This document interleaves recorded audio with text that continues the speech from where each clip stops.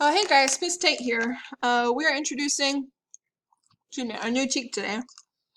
Sorry, I'm really hungry. I'm gonna eat a snack while we teach today. My snack is the sweet and salty trail mix that we have going on here. So we have it's peanuts, cocoa candies, raisins, and sunflower kernels. It's pretty good.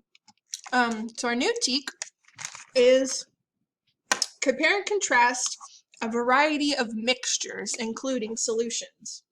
So this week we're going to focus mainly on this word right here, mixtures.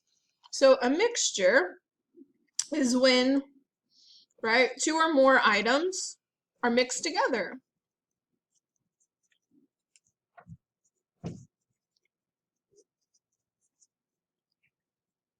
They typically like keep their physical properties. So that means like a penny is still a penny, even though if it's in like a jar of quarters. So they keep their properties. So let's take my trail mix here for an example, right? It says it's peanuts, cocoa candies, raisins, and sunflower kernels. Well, let's take a look. All right, so here we go. Here's some of my trail mix. Look what I can do. They're all mixed together. It's a mixture.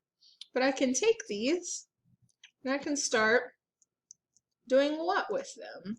I'm going to put all these over here.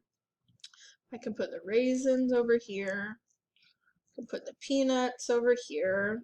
These are the sunflower kernels. I can put them there. Okay, what can I do with the mixture? Mixtures can typically be easily separated.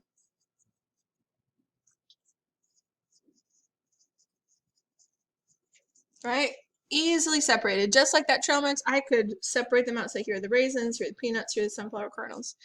Even within my chocolate candies here, they're still a mixture because they're different colors mixed together. I could separate those out. Say, look, here are the reds, here are the greens, right? The oranges and the blues. I could separate them that way as well. So this week we are focusing on mixtures.